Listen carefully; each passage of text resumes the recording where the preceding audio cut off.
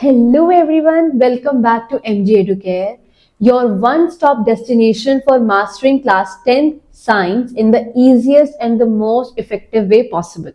I hope you all are doing amazing and staying super motivated for your upcoming exams. Today's session is going to be absolutely crucial for you preparing for your board exams. Why? Because we are diving deep into one of the most important chapters in science, that is life processes. Yes, you heard that right. We'll cover all the most probable questions that are highly likely to appear in your exams, whether it's about nutrition, respiration, transportation, or excretion. We have got it all covered for you. Let me ask you this. How confident are you about life processes? Are you someone who feels this chapter is too lengthy, or you just struggling remember all the key points? Don't worry. By the end of today's session, you'll have everything sorted. From key concept to exam perfect answers. Why is this session so important for you? Because board exams aren't just about studying the textbook, they are about understanding what the examiners are looking for. So in this video, I'll be focusing on most important questions, handpicked and based on previous year's trends, how to write answers that fetch full marks, some quick tricks and tips to make your learning faster and better. Before we start, grab a pen and notebook because trust me, you are going to want to write these down. And hey, if you have any doubt during the session, just drop them in the comment section below. I'll personally go through them and reply as many as I can. Remember, success in exams isn't just about hard work, it's about smart work as well. And you have already taken the first step of being here today. So give yourself a pat on back for being proactive and focused. Are you ready to ace life processes? If yes, hit that like button, share this video with your friends, and don't forget to subscribe to the channel if you haven't already. Let's make learning fun and exam prep stress free. Alright, let's get started with the first set of questions. We'll begin with nutrition, a topic that's guaranteed to show up in some or the other form. So buckle up and let's dive into life processes together. So our first question here is, opening and closing of stomata is due to high pressure of gases inside the cells, movement of water in and out of the guard cell, stimulus of light in the guard cell, diffusion of CO2 in and out of the guard cell. So basically, अगर आपको पता होगा तो stomata क्या होते हैं? Stomata are the pores, छोटे छोटे पोर्स होते हैं जो कहाँ प्रेजेंट होते हैं? लीव्स के सरफेस पर, राइट? अब जो स्पोर्स होते हैं, these spores are guarded by these guard cells. Okay, क्या बोलेंगे इनको? Guard cells, right? अब ये बिल्कुल ऐसे होते हैं जैसे राजमा बीन्स, जैसे राजमा के दाने होते हैं ना, बिल्कुल वैसे ही होते हैं, राजमा बीन्स की तरह होते हैं. अब यहाँ पे इमेजिन करो, इफ यू सी, राइट, अभी यहाँ पर क्या है, ये वाटर की अभी स्कैसिटी है, पानी अभी नहीं है, तो अभी ये अपनी नेचुरल फॉर्म में है. जैसे ही वाटर आएगा तो इनमें प्रेशर बढ़ेगा, ये स्वेलअप होना शुरू करेंगे, स्वेलअप होने के बाद ये टर्जिड हो जाएंगे, और टर्जिड होने की वजह से यू कैन क्लियरली सी यहाँ पर क्या हो गया है, एक पोर जनरेट हो गया है, राइट? सेम फिनोमिना से ये भी वर्क करते हैं. वाटर आएगा, धीरे धीरे ये स्वेलअप होना शुरू होंगे, टर्जिड प्रेशर बनेगा यहाँ पर, जिसकी वजह से ये पोर ओपन होगा. तो stomatal pore is open right now. Clear? So इस वजह से हमारा आंसर क्या होता है? Movement of water in and out of the guard cell. Is it clear? Chalo. Now we'll move to our next question, that is, water in the root enters due to the presence of root to absorb water, difference in the concentration of ions between the root and the soil, excess water present in the soil, diffusion of water in the roots. Okay. तो यहां पर हम कैसे discuss करेंगे? Now water needed by plants is absorb by the root, ठीक है। तो plant को जो पानी मिलता है वो कहां से मिलता है? रूट से मिलता है, रूट से आता है। वाटर कहां से आता है? रूट से आता है, ठीक है। The root hair absorb the water from the soil by the process of, अब जैसे फॉर सपोज ये एक हमने पेरेंट रूट समझा, यहां से बहुत माइन्यूट से रूट हेयर्स निकले होते हैं। अब रूट हेयर्स को अगर हम मैग्नीफाई करें तो यहां पर क्या होगा? ये सॉइल में लेट्स से यहां पर वाटर प्रेजेंट है। अब by the process of osmosis ये वाटर रूट में एंटर करेगा, right? Why? Because of difference in concentration of ions it is created between the root in soil. Soil में और रूट्स में एक कॉन्सेंट्रेशन डिफरेंस, कॉन्सेंट्रेशन ग्रेडियंट बनता है, जिसकी वजह से from high concentration to low concentration क्या होगा? वाटर फ्लो करना शुरू करेगा। From high concentration of water, एक बहुत ही सिंपल सा फिनोमिना देखते हैं, बहुत सिंपल लैंग्वेज में। ऑस्मोसिस अभी हम बहुत डिटेल में नहीं करेंगे, आगे क्वेश्चंस आएंगे वहां और अच्छे से समझाऊंगी। जैसे वाटर या फिर कोई भी चीज, it will move from high concentration to low concentration, correct. अभी सॉइल में क्या है? वाटर का कॉन्सेंट्रेशन ज्यादा है। रूट में क्या है? वाटर का कॉन्सेंट्रेशन कम है ना? So water will move from soil to root hair and फिर रूट हेयर से it moves up towards the plant, ठीक है। So difference in concentration of ions, जो मिनरल आयंस होते हैं उनकी वजह से डिफरेंस इन कॉन्सेंट्रेशन आता है, कॉन्सेंट्रेशन ग्रेडियंट बोलते हैं उसको, created between the root and the soil which enables the water to enter into the roots to compensate the difference of concentration. Water अगर बैलेंस करने की कोशिश कर रहा है कि भाई यहाँ पर कॉन्सेंट्रेशन ज्यादा है, यहाँ पर कॉन्सेंट्रेशन कम है, मैं थोड़ा सा उधर चला जाता हूं तो मैं बैलेंस कर लूंगा चीजों को, ठीक है। तो इक्विलिब्रियम बनाने की कोशिश कर रहा है वाटर।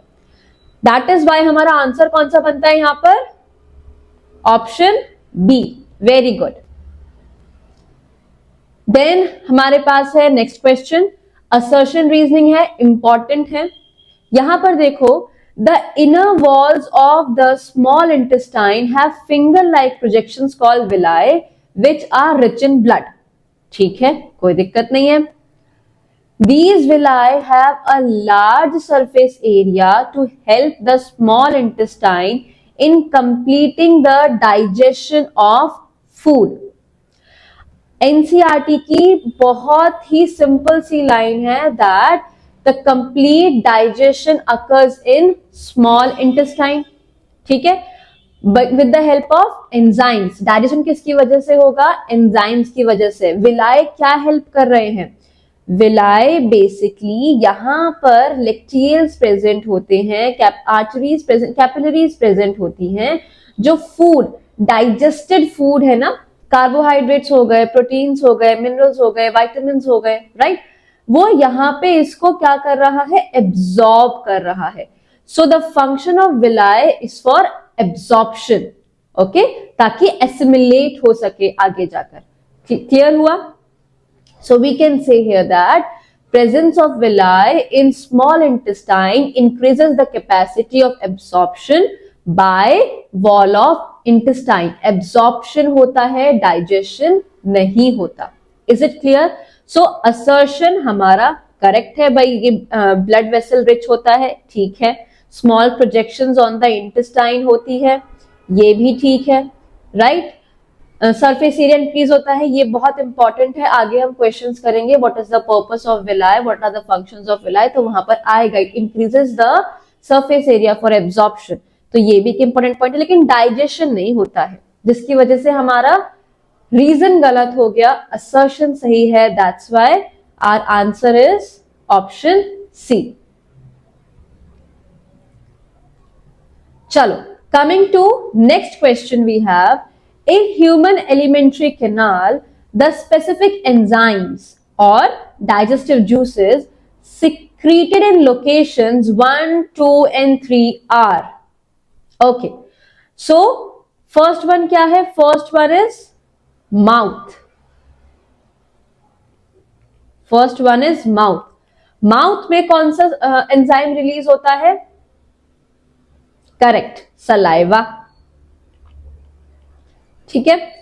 ईसोफेगस में कोई भी एंजाइम रिलीज नहीं होता, सिर्फ पेरिस्टाल्टिक मूवमेंट होती है जो खाने को नीचे आपका स्टमक तक लेकर जाती है. ठीक है, पेरिस्टाल्टिक मूवमेंट.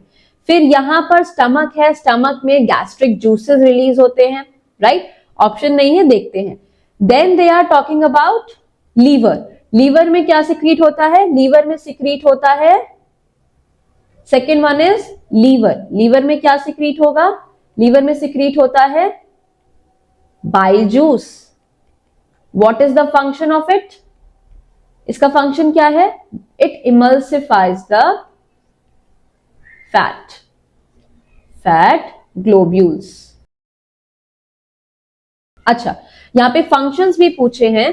तो सलाइवा का काम क्या होता है? सलाइवा में there is an enzyme present that is known as salivary amylase. ठीक है, सलाइवरी एमाइलेज. अब ये सलाइवरी एमाइलेज क्या करता है? ये पार्शियल डाइजेशन करता है, कंप्लीट डाइजेशन नहीं. पार्शियल डाइजेशन करता है ऑफ कार्बोहाइड्रेट.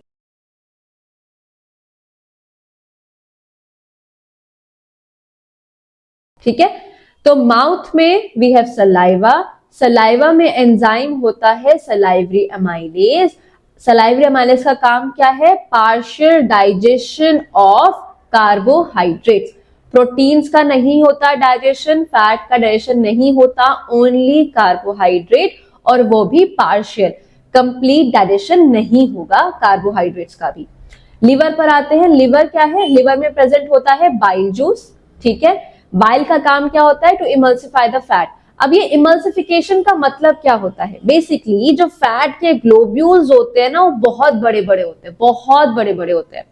सो यहाँ पे हम जैसे ट्राई करना, एक वाटर बॉटल लेना, उसमें पानी भरना और 1 चम्मच रिफाइंड ऑयल या कोई किसी भी टाइप का ऑयल आप डालना और उसको शेक करना. जब आप शेक करोगे तो वो बहुत छोटे छोटे छोटे छोटे छोटे छोटे छोटे छोटे छोटे छोटे मॉलिक्यूल्स में टूट जाएगा, छोटे छोटे फैट के ग्लोब्यूल्स में टूट जाएगा. वो अभी भी फैट है. ठीक है, उसका डाइजेशन नहीं हुआ है. ये सिर्फ बहुत ही छोटे छोटे फैट ग्लोब्यूल्स में फ्लैट मॉलिक्यूल्स में कन्वर्ट हो गया है, ताकि इस पर आगे जाकर लाइपेज एंजाइम अच्छे से एक्ट कर सके. ठीक है, समझ आया? Then we have pancreas. Pancreas भी इंपॉर्टेंट है. Third is your pancreas.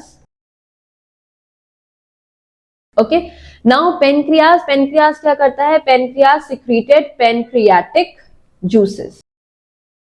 Pancreas secreted pancreatic juices which are utilized for the secretion of what? यहां पर सिक्रीट होगा क्या? ट्रिप्सिन. ट्रिप्सिन का काम क्या होता है? Complete digestion of protein. मतलब यहां पर it is used for the digestion of protein. ठीक है, सो यहां पर अगर हम देखें ऑप्शंस में, तो A option first amylase secrete करता है. ठीक है, फिर उसके बाद सेकेंड हमारा पेप्सिन नहीं करता. फर्स्ट अमाइलेज सिक्रीट करता है, देन बाइल सिक्रीट करता है, ट्रिप्सिन सिक्रीट करता है. तो करेक्ट हमारा ऑप्शन हो गया बी. समझ आया? ऐसे डायग्राम बेस्ड क्वेश्चंस भी आ सकते हैं. यहाँ पे वो स्टमक भी पूछ सकते थे, स्मॉल इंटेस्टाइन भी पूछ सकते थे. आगे in the fourth coming video we have questions regarding that. वो चीज मैं वहां पर डिस्कस करूंगी. ओके, चलो. Then we have next question. Next question क्या कहता है? In the following flow chart showing autotrophic nutrition in green plants A and B respectively are. अब यहां पे हमें समझना है द रिएक्शन ऑफ फोटोसिंथेसिस. ठीक है, so what is the reaction of photosynthesis? कि दो हमारे पास इनऑर्गेनिक इंग्रेडिएंट्स हैं. What are those inorganic ingredients? That is carbon dioxide and water. हमारे पास दो इनऑर्गेनिक इंग्रेडिएंट्स हैं carbon dioxide and water in the presence of sunlight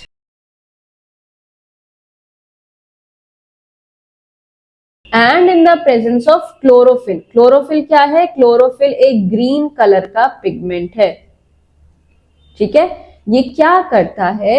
ये सन की एनर्जी, सोलर एनर्जी को केमिकल एनर्जी में कन्वर्ट करता है ताकि कार्बन डाइऑक्साइड और वाटर की मदद से खाना बन सके। It helps in harbouring the energy और harbouring the solar energy to convert it into chemical energy. Okay, so chlorophyll green colour का पिगमेंट हो गया हमारे पास। अब यहां पर क्या होगा? कार्बोहाइड्रेट्स बनते हैं। कार्बोहाइड्रेट्स है हमारे पास। कार्बोहाइड्रेट से क्या बनेगा? It is utilized, carbohydrate is utilized as, use किसमें होता है? यूज हम इसको कैसे करते हैं? Right, as the form of energy, utilized as energy. ठीक है, हम इसको खाना खाते हैं, हाँ, तो हमारे लिए तो फ्यूल है ना ये, तो यूटिलाइज कैसे होता है? यूटिलाइज होता है एज एनर्जी। ठीक है, और ये स्टोर होता है in the form of starch. अच्छा, ह्यूमंस में जो एक्स्ट्रा ग्लूकोज होता है, जो एक्स्ट्रा कार्बोहाइड्रेट, ग्लूकोज बोलेंगे हम, एक्स्ट्रा जो ग्लूकोज होता है, that is stored in the form of glycogen. ठीक है, क्लियर?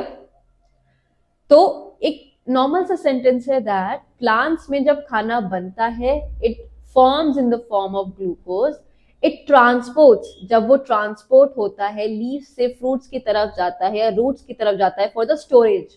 ठीक है, जब ट्रांसपोर्ट हो रहा होता है, ट्रांसपोर्टेशन में सीखेंगे, it transports in the form of sucrose and it stores in the form of starch. ठीक है, थोड़ा एक्स्ट्रा है, एग्जाम में नहीं आएगा, जस्ट गिविंग द नॉलेज। सो यहाँ पे हमारे लिए ए हो गया एनर्जी एंड बी हो गया starch, so our option will be C, that is energy and starch. ठीक है, okay, now we have another question. Read the following and answer the question from 6(1) to 6(4), 4 सब पार्ट्स हैं इसके। Take a healthy potted plant with elongated leaves. Select a leaf and insert about 1/2 of the leaf in the test tube. Okay, यहाँ पर we can clearly see कि leaf को test tube में insert किया गया है, containing KOH, potassium hydroxide, and makes it airtight, ताकि और कोई बाहर से air ना आ सके। Place the setup in sun for 2 hours. Take out the leaf from the test tube and dip it into boiling water for few minutes. Put this leaf in a beaker with alcohol and boil it with water bath. Wash the leaf with water and dip the leaf into iodine solution for few minutes. The portion of the leaf dipped in KOH solution will not show any change when dipped in the iodine solution. Okay. सो यहाँ पे हमने potassium hydroxide क्यों लिया है? Potassium hydroxide का purpose होता है that it absorb all the carbon dioxide present in the test tube. So test tube में जितनी भी कार्बन डाइऑक्साइड होगी वो हमने खत्म कर दी। ये बेसिकली एक्टिविटी है समझने के लिए कि फोटोसिंथेसिस के लिए कौन कौन से इंग्रेडिएंट्स इंपॉर्टेंट है। ये रिएक्शन किसी ने जाकर ऐसे ही नहीं देखी कि अच्छा कार्बन डाइऑक्साइड होगा, वाटर होगा, ट्रायल एंड एरर कि अच्छा एयर में ये प्रेजेंट होता है, ये कंपोनेंट प्रेजेंट है, इसके बिना फोटोसिंथेसिस हो पा रही है, इसके बिना फोटोसिंथेसिस नहीं हो पा रही है। ठीक है, पहले लोग ऑक्सीजन से सोचते थे लेकिन फिर बाद में पता चला नहीं। Okay, so the first question here is the function of KOH taken in the test tube is to absorb release of water vapor, release of carbon dioxide, release of O2 and chlorophyll। तो आपका answer हो जाएगा that it is stopping the release of carbon dioxide, carbon dioxide को absorb करने के लिए है। Then second question है, on the basis of this activity we may conclude that the factor for photosynthesis is। अब यहां पर क्योंकि आयोडीन सॉल्यूशन, अब ये एक्टिविटी को समझो हुआ क्या। आयोडीन सॉल्यूशन बेसिकली जब स्टार्च प्रेजेंट होता है, फूड प्रेजेंट होगा तो वहां पर उसको ब्लूइश ब्लैकिश कलर में कन्वर्ट कर देता है। ठीक है। तो जब इस लीफ पर डीकलराइजेशन किया गया with the help of alcohol और उसको फिर आयोडीन सॉल्यूशन में डाला गया, अगर स्टार्च प्रेजेंट होता तो वो कलर क्या हो जाता, वो कलर ब्लूइश ब्लैकिश हो जाता।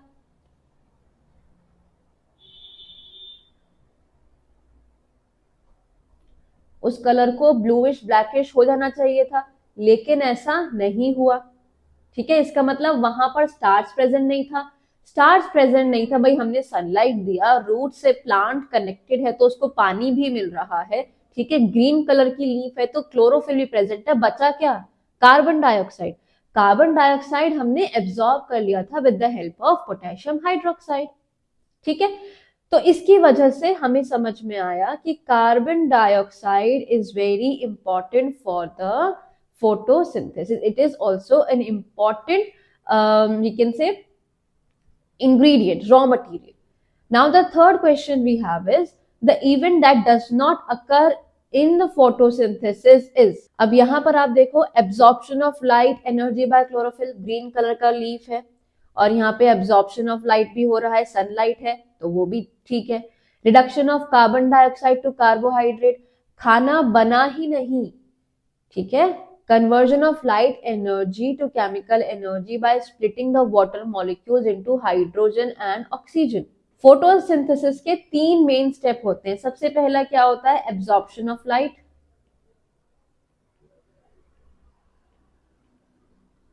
Absorption of light energy by chlorophyll, वो यहां पर हो रहा है।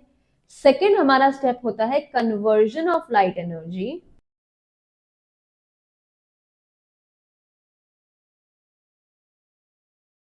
To chemical energy.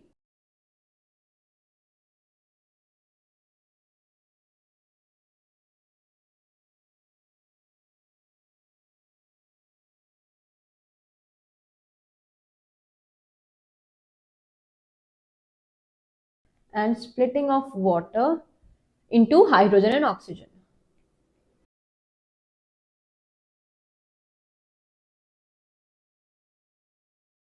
Correct. Third हमारा क्या हो गया, reduction of carbon dioxide to carbohydrate.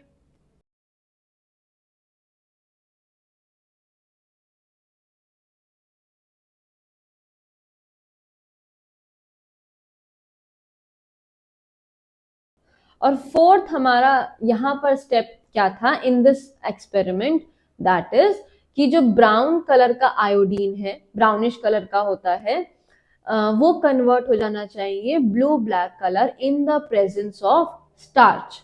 So the event that does not occur in photosynthesis, absorption of light energy by chlorophyll, ये हुआ है reduction of carbon dioxide to carbohydrates, oxidation of carbon to carbon dioxide, conversion of light energy into chemical energy. So third question में कौन सा step नहीं हुआ है, that is reduction of carbon dioxide to carbohydrate. Good. Then coming to next आपका है, that is iodine solution gives blue black color with starch. ये तो हम बहुत देर से पढ़ रहे हैं, समझ आया। आई होप ये एक्टिविटी आपको क्लियर हुई होगी। अगर इसके रिगार्डिंग और भी कोई क्वेश्चंस आते हैं तो आप कर पाओगे, ठीक है।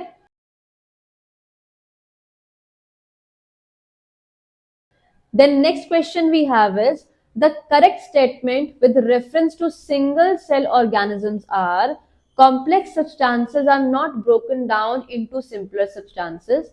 Simple diffusion is sufficient to meet the requirement of exchange of gases.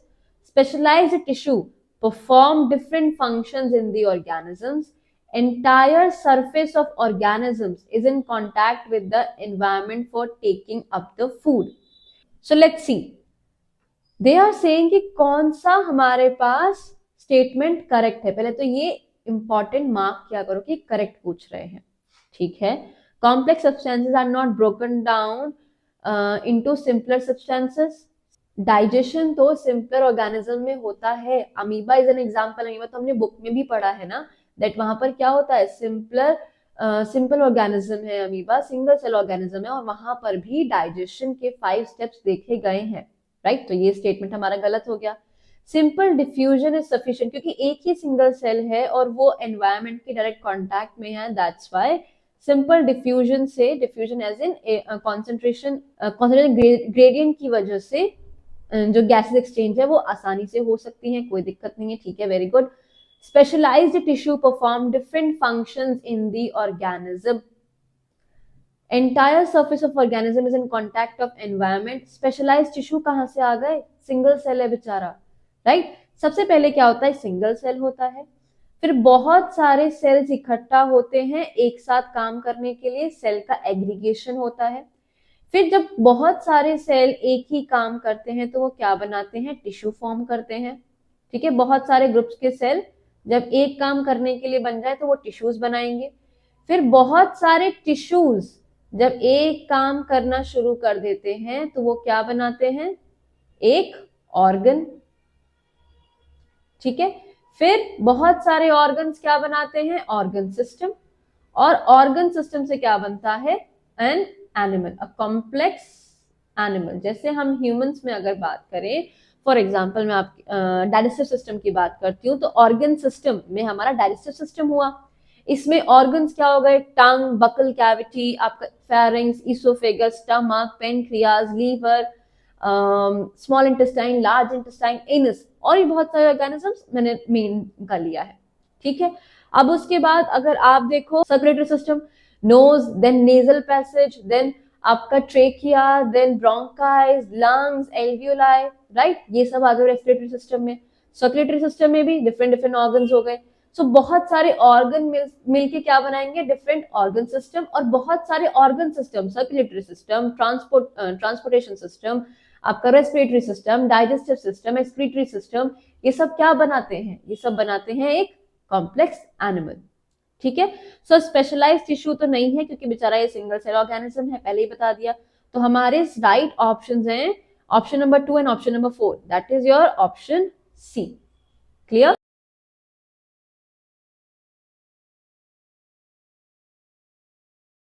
Okay. The next question we have is, which one of the following condition is true for the state of stomata of the green leaf shown in the given diagram? Large amount of water flows in the guard cell. Gaseous exchange is occurring in the large amount. Large amount of water flows out of the guard cell. Large amount of sugar collect in the guard cell. Which one of the condition is true for the state of the guard cell? अब यहां पर आप देखो, ये जो guard cell है इस time, basically the opening and closing of stomatal pore depends upon the turgidity of the guard cell, ठीक है। The given figure shows that it is a closed stomata, क्योंकि guard cells कैसे हैं? अभी इस time turgid नहीं है, अभी वो closed है, turgid नहीं है, ठीक है।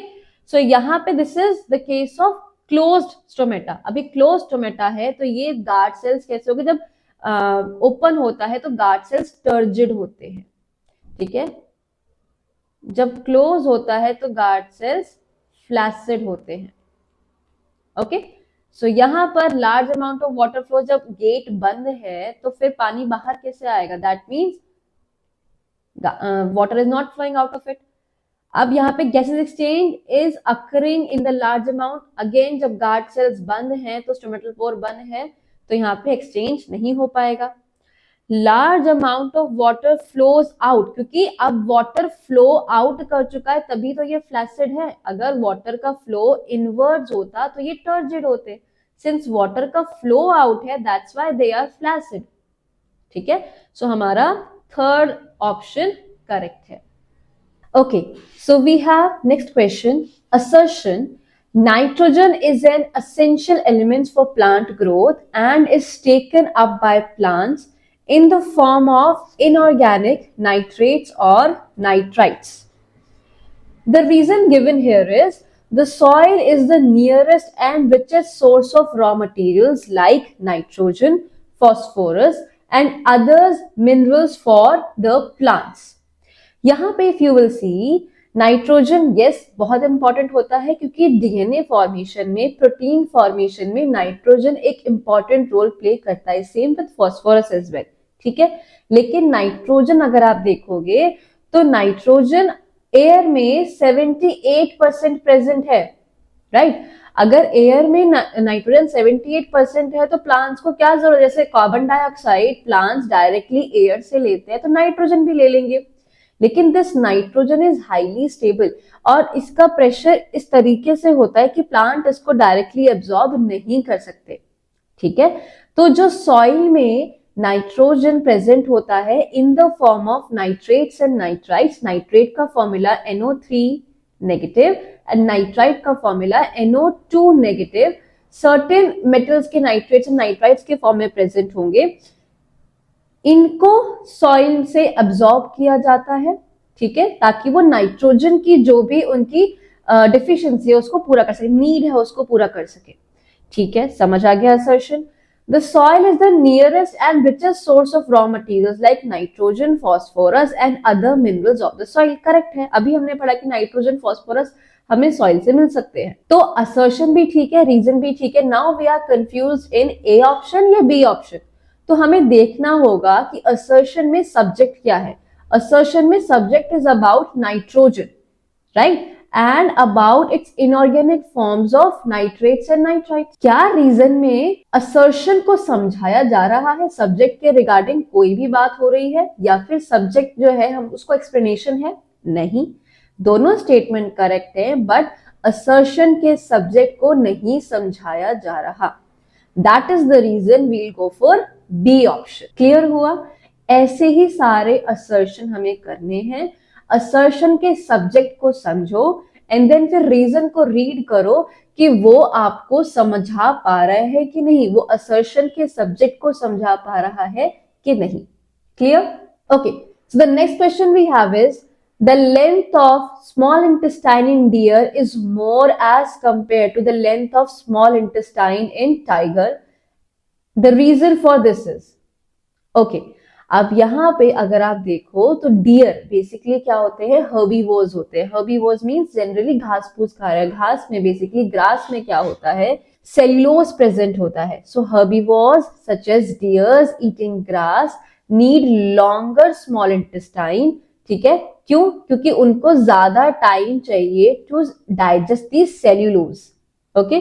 But if we talk about tiger जो कार्निवोर है, कार्निवोर है तो मीट मतलब प्रोटीन डायरेक्ट मेजर जो डाइजेशन होता है प्रोटीन का वो स्टमक में होगा, right. So meat is easier to digest, hence carnivores like tigers have shorter small intestine, ठीक है।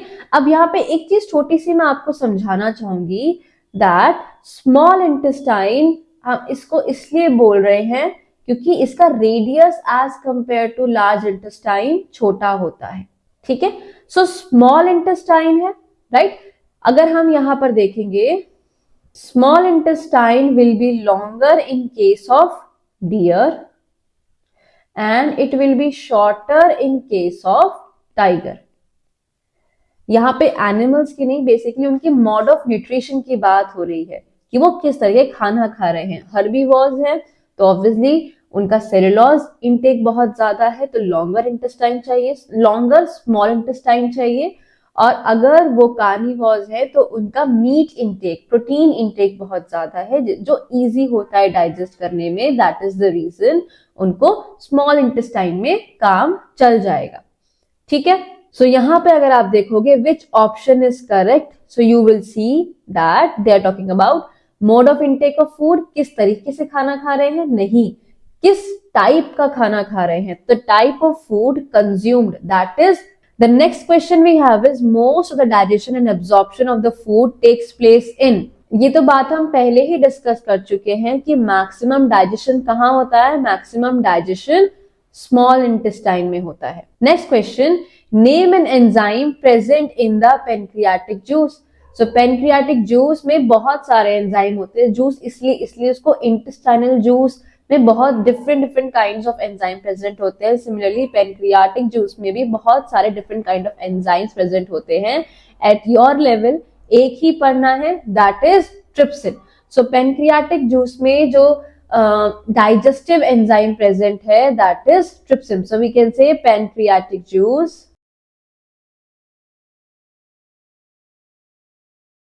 contains digestive enzyme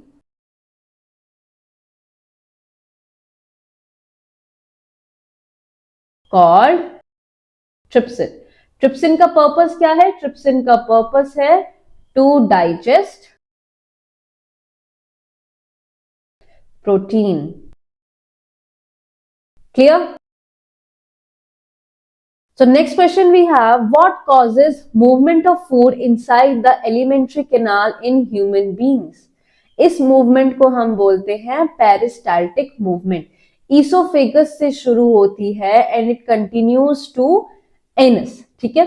so basically अगर हमारे पास ये मैं एलिमेंट्री केनाल, अगर यहाँ पे मैं एक एलिमेंट्री केनाल कंसिडर करती हूँ, we have esophagus, then it will be converted into stomach, then small intestine,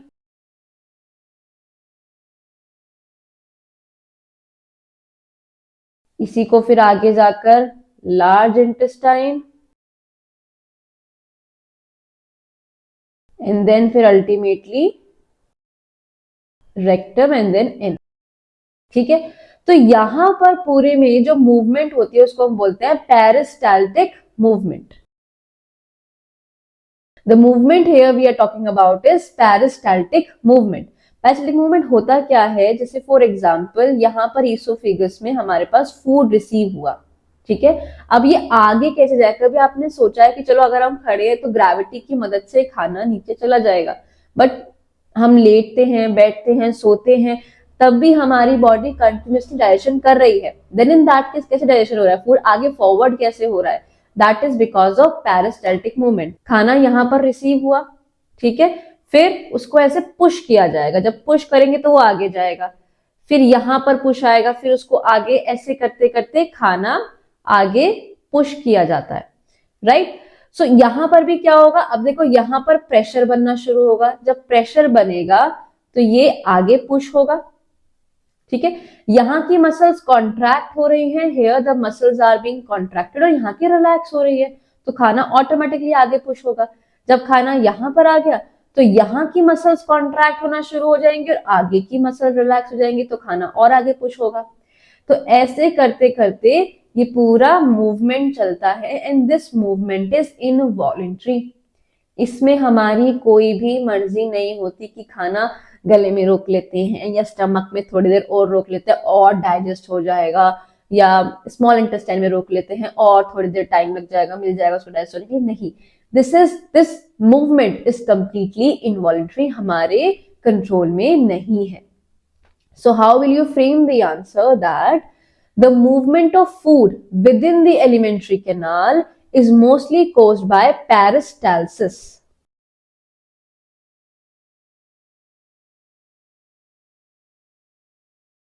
Peristalsis.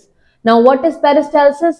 Peristalsis is a rhythmic contraction and relaxation of muscles and of alimentary canal to push the food downwards.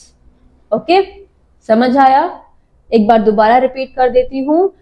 The movement of food within the alimentary canal is mostly caused by peristalsis. Peristalsis is a rhythmic contraction and relaxation of muscles of alimentary canal to push the food downwards. Is it clear? Let's move to next question. Then we have mention the raw materials required for photosynthesis. ये question भी हम पहले discuss कर चुके हैं. Mention the raw material. Raw material होता क्या है? रॉ मटेरियल इज बेसिकली जो किसी भी चीज को जिसका फाइनल प्रोडक्ट बनाने के लिए हमें उससे पहले उसके इंग्रेडिएंट्स चाहिए, that is your raw material. ठीक है. सो जब हमें खाना बनाना है, बेसिकली हमें क्या बनाना है? कार्बोहाइड्रेट बनाना है. तो उसके लिए हमें उससे पहले क्या चाहिए और क्या सामान इकट्ठा करना होगा? सबसे पहले क्या? कार्बन डाइऑक्साइड चाहिए.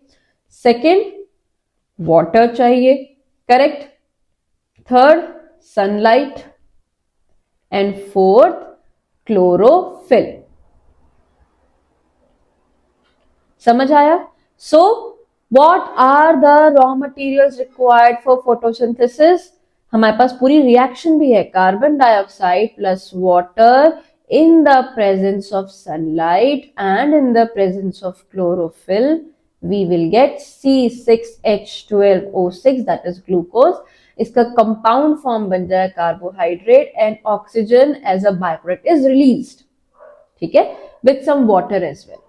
ये हमारी पूरी रिएक्शन हो गई. तो ये तो रिजल्ट है, ये तो खाना निकल के आया है, तो खाना है जो हमें मिला है, आउटपुट है. इनपुट क्या है? Input is carbon dioxide, input is water, input is sunlight, input is chlorophyll. Is it clear?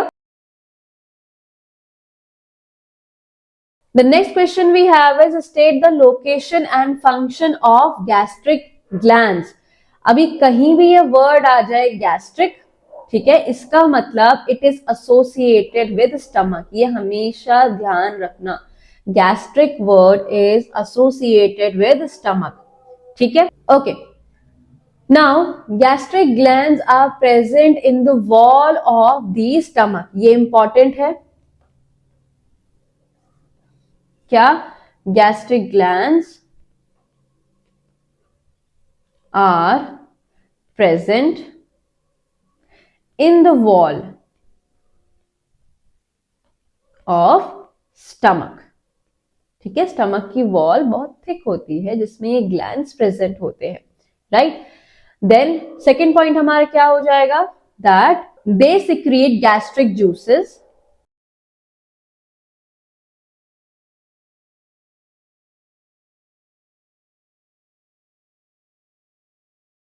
containing mucus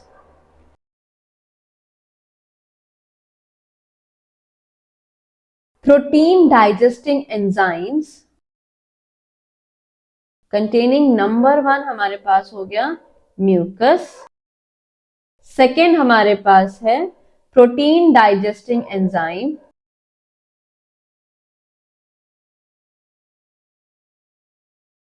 कौन कौन से हैं? Number 1 pepsin,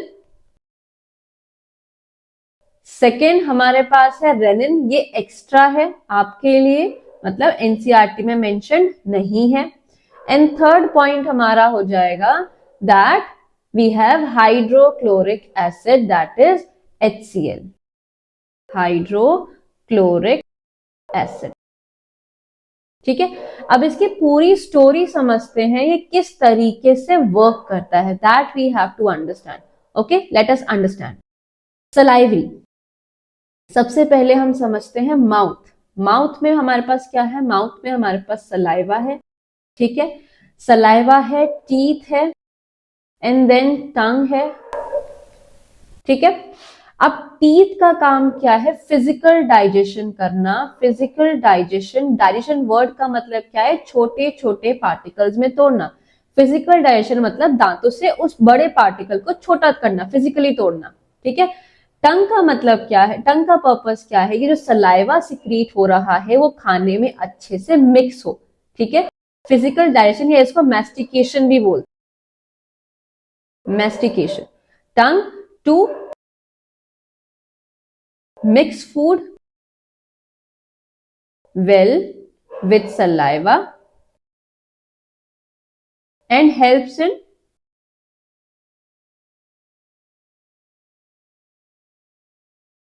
swallowing as well, swallowing of food,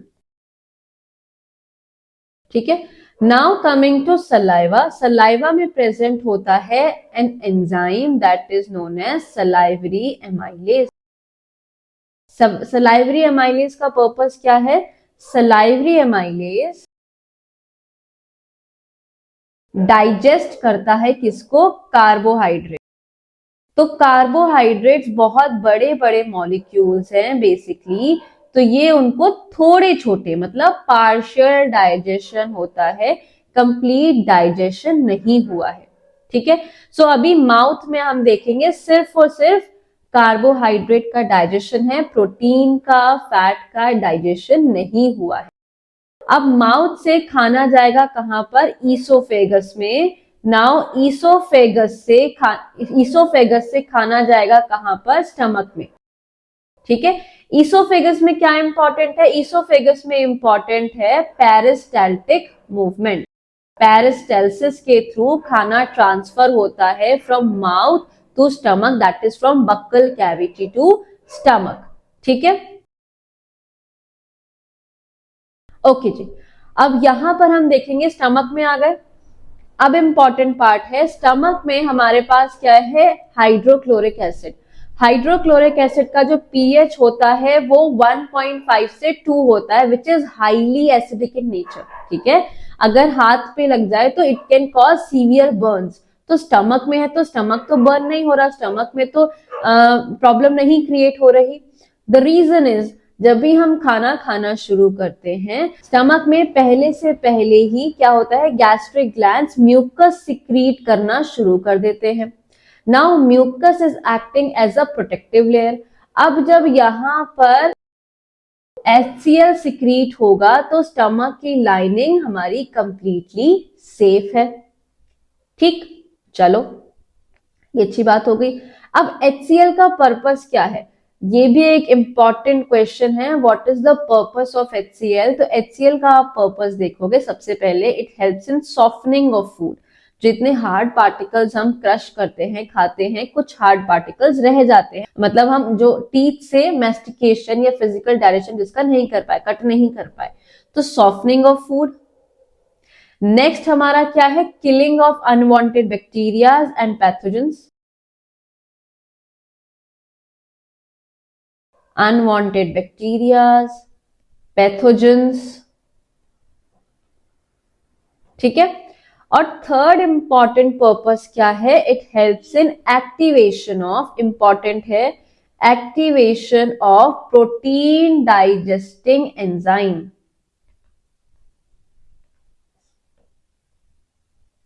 इसका मतलब क्या हुआ भाई? प्रोटीन जो है वो स्टमक में डाइजेस्ट कैसे होता है? With the help of an enzyme known as pepsin. ठीक है, प्रोटीन पेप्सिन के कांटेक्ट में आया, जिसकी वजह से वो सिंपलर प्रोटीन्स में कन्वर्ट हो गया, सिंपल प्रोटीन्स में। ठीक है, राइट। तो HCl का पर्पस क्या था? बेसिकली जो पेप्सिन है वो स्टमक में, पेप्सिन इनिशियली अपनी इनएक्टिव फॉर्म में प्रेजेंट होता है। It is present in inactive form. Inactive form को क्या बोलते हैं? Again not important, pepsinogen. So basically यहां पर क्या हुआ? पहले हमारे पास है पेप्सिनोजन, पेप्सिनोजन पर एक्ट किया HCl। क्यों? क्योंकि उसको एसिडिक मीडियम चाहिए टू गेट एक्टिवेटेड। तो पेप्सिनोजन को एसिडिक मीडियम मिला because with the help of HCl ये बना पेप्सिन, एक्टिवेट हो गया। अब ये जाएगा प्रोटीन के पास कि अब मैं एक्टिवेट हो गया हूं, अब मैं तेरे को अच्छे से डाइजेस्ट कर सकता हूं।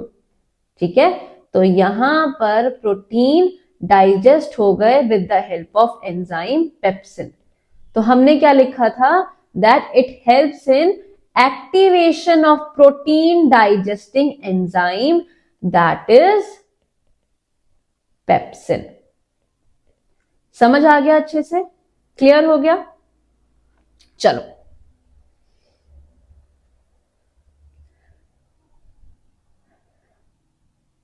सो आई गेस ये क्वेश्चन क्लियर हो गया। State the location and function. Location भी हमने बता दिया भाई, लोकेशन कहां पर है? In the wall of stomach. और इनका फंक्शन क्या क्या है? म्यूकस का फंक्शन हमने समझा, to protect the stomach from the acidic nature of HCl। ठीक है, HCl का फंक्शन क्या था? मेन क्या बोलेंगे? Killing an unwanted bacteria, and the second after that it will be activation of protein digesting enzyme that is known as pepsin। उसके बाद pepsin का काम क्या हो गया? प्रोटीन को डाइजेस्ट करने का काम हो गया। क्लियर हो गया? Next question we have, two green plants are kept separately in oxygen free containers, one in the dark and one in the sunlight. It was observed that plant kept in the dark could not survive longer. Give reason for the observation। अब यहां पर ये कह रहे हैं कि हमने दो प्लांट्स लिए हैं. The green plant that was kept in the dark could not survive longer because it was not able to produce oxygen required for the respiration. अभी रेस्पिरेशन क्या है? Respiration by the process of photosynthesis. अगर आप देखोगे ये दोनों plant है, ठीक है, प्लांट ए प्लांट बी.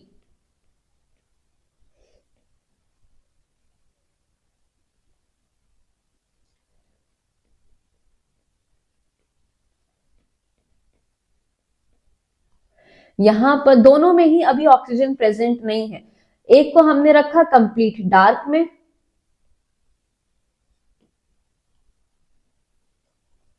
एक को हमने रखा ब्राइट सनलाइट में. ठीक है, ऑक्सीजन फ्री है, carbon dioxide free, chlorophyll free, water free नहीं बोला. ठीक है, तो भाई फोटोसिंथेसिस के लिए कार्बन डाइऑक्साइड मिल गई, ठीक है, वाटर मिल गया हमें रूट से, क्लोरोफिल ग्रीन कलर तो है ही, सनलाइट हो गया. यहाँ पर क्या बन जाएगा? फूड बन जाएगा C6H12O6 और यहाँ पर ऑक्सीजन आ गई. अब इस ऑक्सीजन से प्लांट सरवाइव कर पाएगा. ठीक है, लेकिन डार्क में सिंस फोटोसिंथेसिस का साइकिल हुआ ही नहीं, जिसकी वजह से ऑक्सीजन बन नहीं पाई, ऑक्सीजन नहीं बन पाई तो प्लांट रिस्पायर नहीं कर पाएगा, एक्सचेंज ऑफ गैसेस नहीं हो पाएंगे, और एक्सचेंज ऑफ गैसेस नहीं हो पाएंगी तो प्लांट विल डाई. समझ आ गया? क्लियर हुआ? सो इसको लिखेंगे कैसे? That so the plant kept in the dark could not survive longer because it will not be able to produce oxygen required for its respiration by the process of photosynthesis. Oxygen is involved as the byproduct of photosynthesis during photolysis of water and helps plant to survive longer, that is kept in sunlight.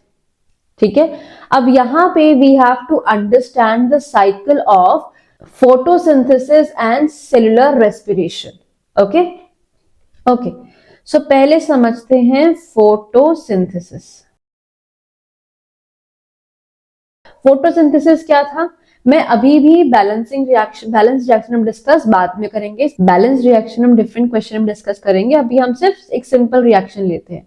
तो simple reaction के लिए हमारे पास है carbon dioxide, water, फिर उसके बाद C6H12O6 और साथ में O2. ठीक है, सेल्यूलर रेस्पिरेशन क्या होता है? बेसिकली रेस्पिरेशन का अगर हम छोटा सा क्रक्स समझते हैं, सिंपल लैंग्वेज में समझते हैं, रेस्पिरेशन का अगर हम क्रक्स समझते हैं, सिंपल लैंग्वेज समझते हैं, रेस्पिरेशन में जो हमने खाना खाया, ठीक है, अब इस खाने का हमने पढ़ा था ना, इट यूटिलाइजेस एज एनर्जी. तो इस खाने से दिस इज आवर फ्यूल. तो ये खाने को हमें क्या करना है? इसको हमें ऑक्सीडाइज करना है to release the energy, right. तो हमने इसको ऑक्सीजन दिया, अब ये क्या होगा? ये कार्बन डाइऑक्साइड और वाटर में कन्वर्ट हो जाएगा. It is the reverse of photosynthesis reaction. So पहले हमने कुछ इंग्रेडिएंट्स लेके फूड बनाया, फ्यूल बनाया, फूड बनाया, सोर्स ऑफ एनर्जी बनाया, फिर इसी को ब्रेक डाउन करके हमने क्या किया? यहां से बहुत सारी एनर्जी रिलीज की. ठीक है, इसी एनर्जी को हम यूज करते हैं फॉर डिफरेंट केमिकल पर्पसेस, हमारे मेटाबॉलिक रिएक्शन के लिए. ठीक, सो अगर आप देखोगे व्हाट इज हैपनिंग, ये काइंड ऑफ साइकिल भी है और कॉम्पनसेशन भी, कि भाई यहां पर जो कार्बन डाइऑक्साइड बन रहा है ये फोटोसिंथेसिस में यूज हो सकता है, और ये जो ऑक्सीजन है जो यहां पर बन रहा है ये रेस्पिरेशन में यूज हो सकता है. ठीक है, connecting cellular respiration and photosynthesis, ये आप क्वेश्चन आ सकता है. हाउ विल यू कनेक्ट और what is the connection between the photosynthesis and cellular respiration. ठीक, अब फोटोसिंथेसिस के लिए भाई सनलाइट बहुत जरूरी है, लेकिन रेस्पिरेशन के लिए एज सच कोई इंपॉर्टेंस नहीं है. ठीक है, क्लियर हुआ? Energy is present in the form of ATP. ATP के बारे में भी हम पढ़ेंगे. क्लियर हुआ? Now coming back to the question. So question is saying यहां पर सनलाइट नहीं था, फोटोसिंथेसिस नहीं हुआ, ऑक्सीजन नहीं मिला, तो कॉम्पनसेट तो कर ही नहीं पाएंगे ना, रेस्पिरेशन नहीं हो पाएगा. यहां पर कॉम्पनसेट हो सकता है, यहां पर सेलुलर रेस्पिरेशन हो सकती है. So that is why if you are giving your observation, so what will be the observation as we have? So what will be the observation? The plant kept in the dark will not be able to survive, but the plant kept in the sunlight will be able to survive. Then why? Because oxygen that was evolved in the process of photosynthesis as a byproduct during the photolysis of water. Photolysis of water भी समझते हैं, helps the plant to survive longer as compared to the other situation. Photolysis of water, basically water का because of the energy of sunlight breakdown होना in the form of hydrogen ions and oxygen. Simple. Photo sunlight, lysis टूटना, sunlight की वजह से टूटना. ठीक है. Next question we have, list the events in proper sequence that takes place during the process of photosynthesis. ये हम पहले भी डिस्कस कर चुके हैं, एक बार और डिस्कस कर लेते हैं about the sequences. सबसे पहले क्या होता है? That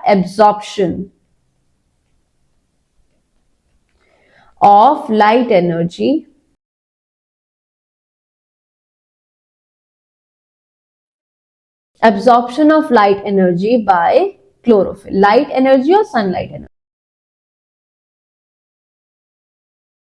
right? Second क्या होगा? Light energy आ गई, converting that light energy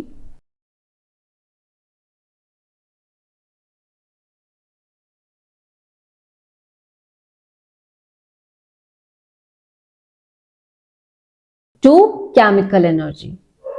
क्योंकि मेटाबॉलिक रिएक्शंस केमिकली होती हैं, तो वो एनर्जी हमें केमिकली कन्वर्ट करना जरूरी है. और केमिकली कन्वर्ट करना मतलब इन the form of ATP. ATP क्या है? हमारी एनर्जी करेंसी. एनर्जी करेंसी से मतलब क्या होता है? जैसे फॉर एग्जांपल एनर्जीज अगर आप देखते हो तो बहुत सारे फॉर्म्स में, अगर आप एनर्जी जैसे कहीं पर कैलोरीज के फॉर्म में डिस्कस हो रही है, कहीं पर जूल्स के फॉर्म में डिस्कस हो रही है. सिमिलरली जैसे फॉर एग्जांपल अगर मैंने आपको कुछ डॉलर्स दिए तो क्या आप उसको इंडिया में चला पाओगे? नहीं, क्योंकि वो यहाँ की करेंसी नहीं है. सिमिलरली हमारी बॉडी में जो भी एनर्जी का एक्सचेंज होता है that is in the form of ATP. Joules के फॉर्म में या कैलोरीज के फॉर्म में हम एनर्जी को डिस्कस नहीं कर रहे हैं, हम एनर्जी को डिस्कस कर रहे हैं ऑन द बेसिस ऑफ, और वी आर काउंटिंग और analysing the energy of our body on the basis of ATP. ठीक है.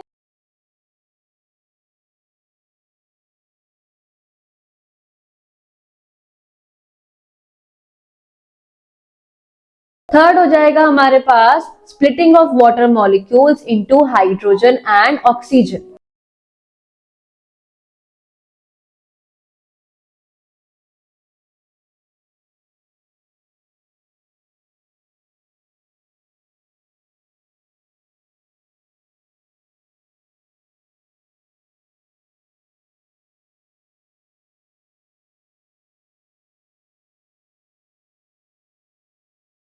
देन नेक्स्ट हमारे पास होगा reduction of carbon dioxide to form carbohydrates.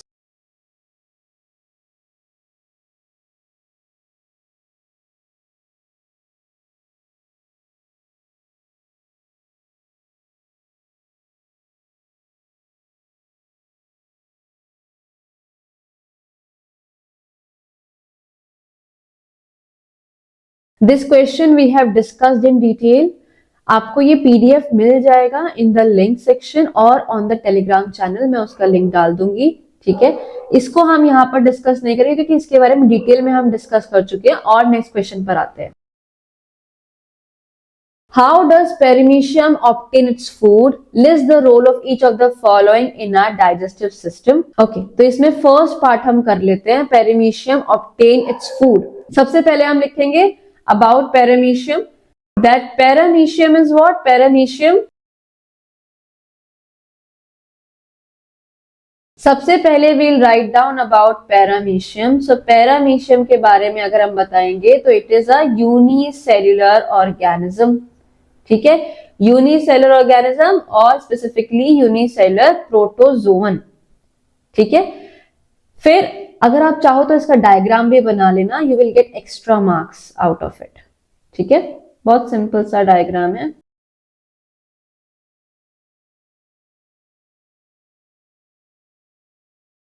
तो हमने सेकेंड ऑब्जर्वेशन क्या किया, इसके अराउंड क्या होते हैं, हेयर लाइक प्रोजेक्शंस होते हैं, हेयर लाइक आउटग्रोथ होती है। इन आउटग्रोथ को हम क्या बोलते हैं, दैट इज सीलिया।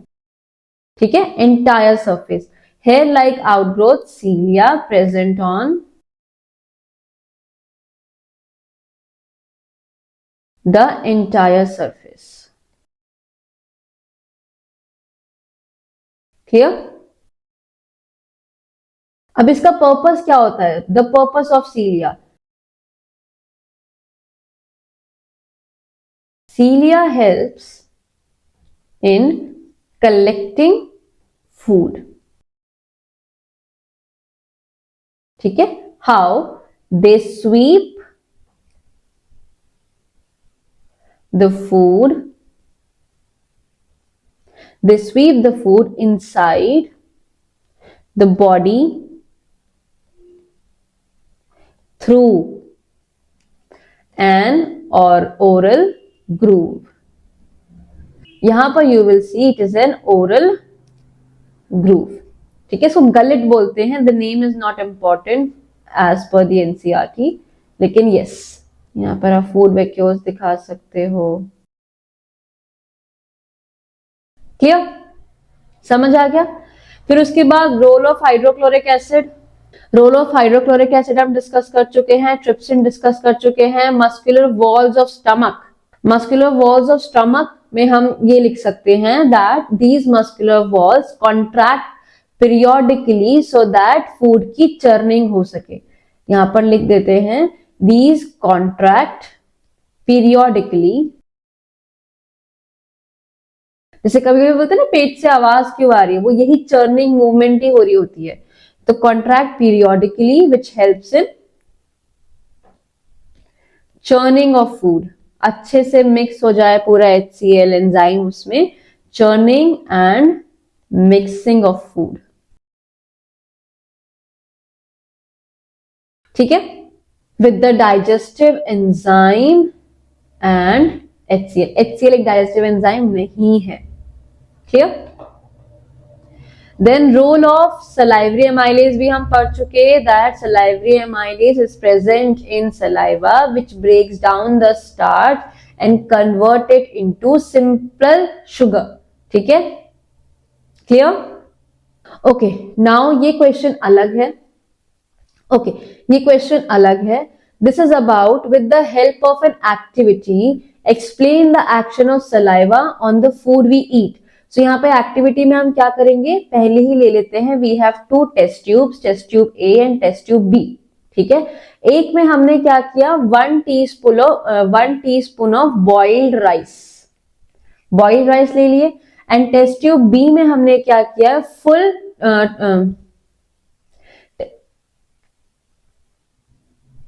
और टेस्ट ट्यूब बी में हमने क्या किया है, बॉइल्ड राइस लिए हैं, लेकिन दे आर फर्स्ट च्यूड।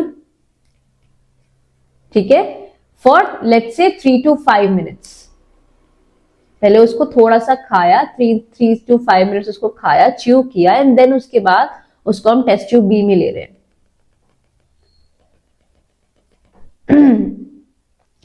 अब फिर उसके बाद नेक्स्ट स्टेप क्या हो गया, नेक्स्ट स्टेप लिया है हमने 3.4 ml ऑफ वाटर लिया है। ठीक है, and few drops of iodine solution. तो 3.4 ml of water and few drops of iodine solution, दोनों में ही। ठीक है, 3.4 ml water and few drops of iodine.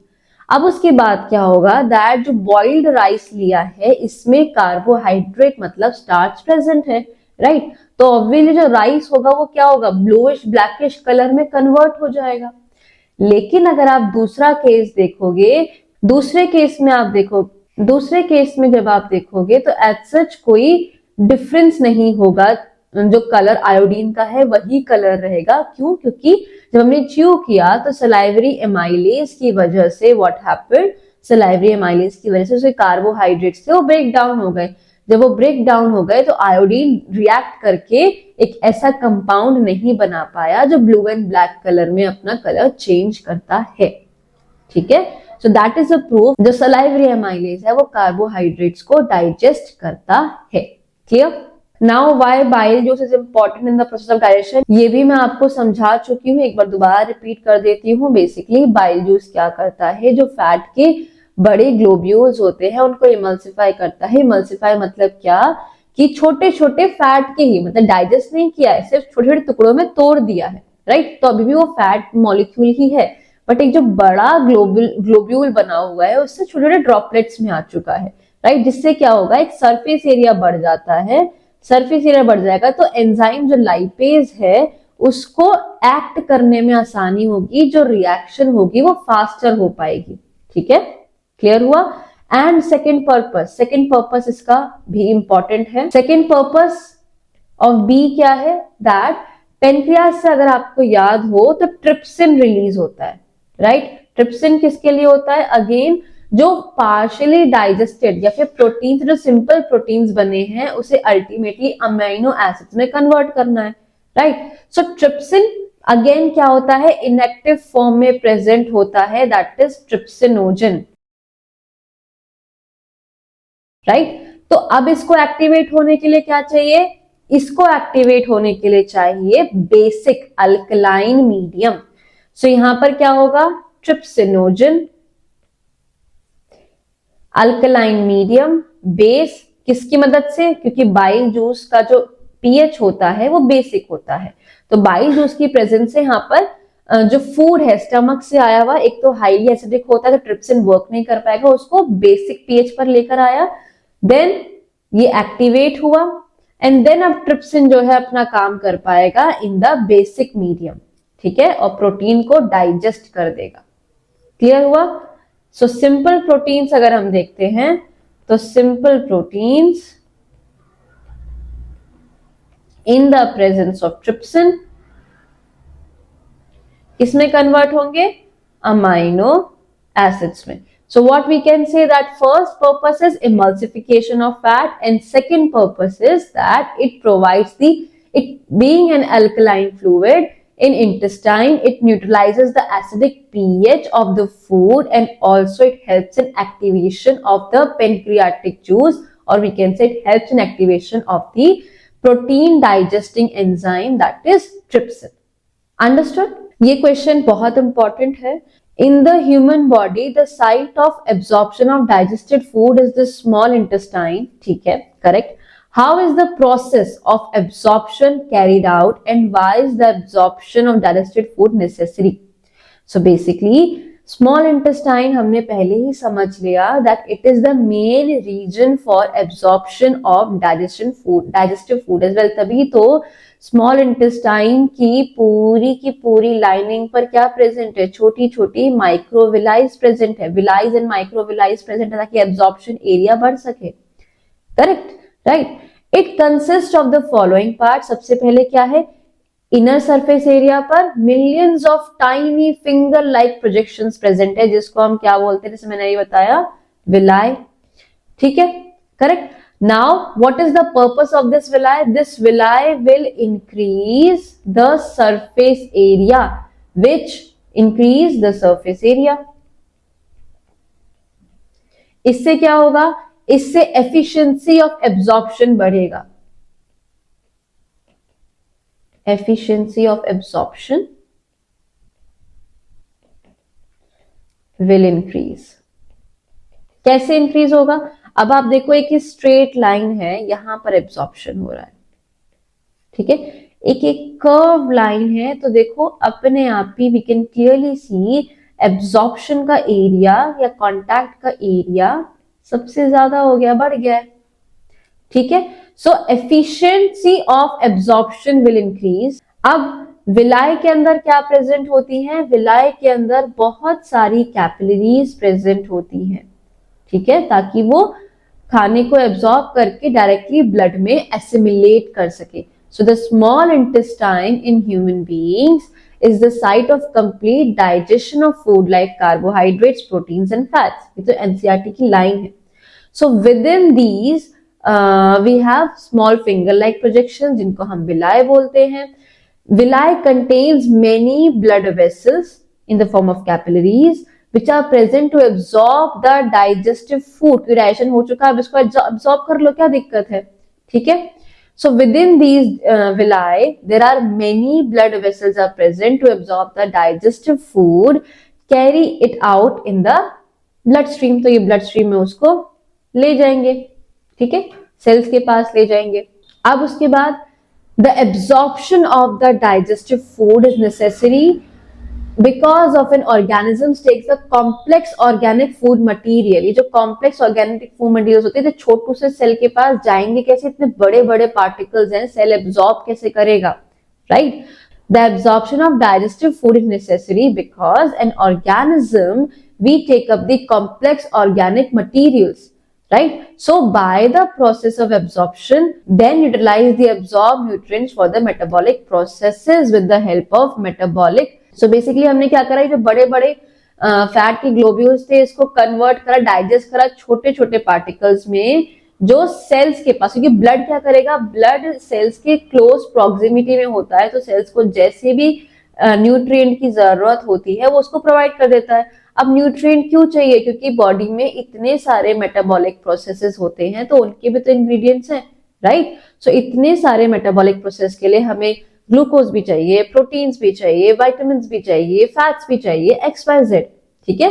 So body use these food nutrients for the energy as well, for the growth as well, and for the cell repair as well. ठीक है, clear हुआ? So अगर मैं nutshell में ये answer पूरा बोलती हूं तो small intestine is the main region for the absorption of digested food. It consists of the following parts. क्या? The inner surface of small intestine has millions of tiny finger-like projections called villi.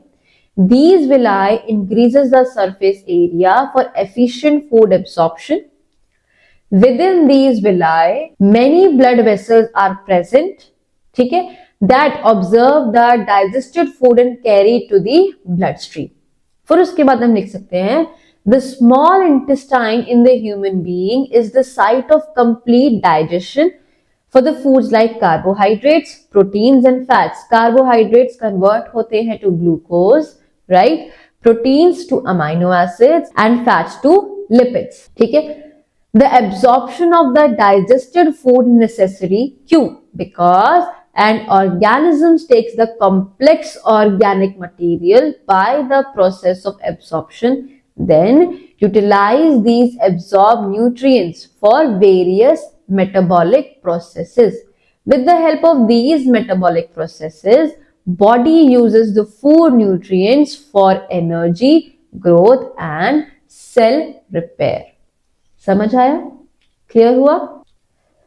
Then उसके बाद है state the role of the following process of digestion: enzyme trypsin, enzyme lipase. List two functions of finger-like projections, ये हम कर चुके हैं. Then enzyme trypsin, ये हम कर चुके हैं. Lipase के बारे में हम पढ़ लेते हैं. Lipase is secreted from pancreas, तो pancreatic juice से निकलता है, ठीक है, and small intestine, दोनों ही secrete करते हैं, ठीक है. अब इसका काम क्या है, जो वो इमल्सिफाइड फैट था, जो छोटे छोटे पार्टिकल्स थे, फैट को basically simplest form of fatty acids या फिर हम लिपिड्स, फैटी एसिड्स या लिपिड्स में कन्वर्ट करना, ठीक है. इसको हम बोल देते हैं फैटी एसिड्स प्लस ग्लिसरॉल. अगर फैटी एसिड भी लिखोगे तो गलत नहीं होगा, ठीक है. ओके, सो फैट डाइजेशन में ये काम आता है. Its function is to digest the fat and convert it into or digest it into or broke down it into smaller forms of fats, that is fatty acids and glycerol. Clear? Next वाला सारे हम कर चुके हैं, तो ये आपके लिए होमवर्क रहेगा, ठीक है. Right the function of the following: saliva, HCl.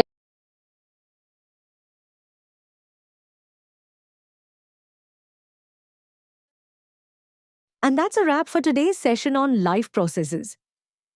I hope you found this session super helpful and feel more confident about tackling this chapter in your exams. I will be attaching link of Telegram channel where the PDF notes will be uploaded. Remember, understanding the concepts and practicing these questions will give you a major edge when you're writing those answers. Let's quickly recap what we've achieved today.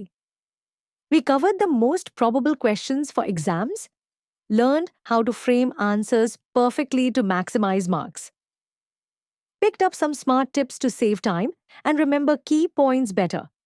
Now, all that's left is for you to revise and practice these regularly. Believe me, consistency is your best friend in exam prep. Before you go, let me know in the comments which topic or question you found the most helpful today. And if there's any other chapter or concept you'd like me to cover in detail, don't hesitate to ask. Also, don't forget to share this video with your classmates because, hey, let's help each other out and ace these exams together. If you enjoyed today's session, don't forget to give this video a big thumbs up, subscribe to MG Educa, and hit the bell icon so you never miss an update. I'll see you in the next session with another exciting and important topic.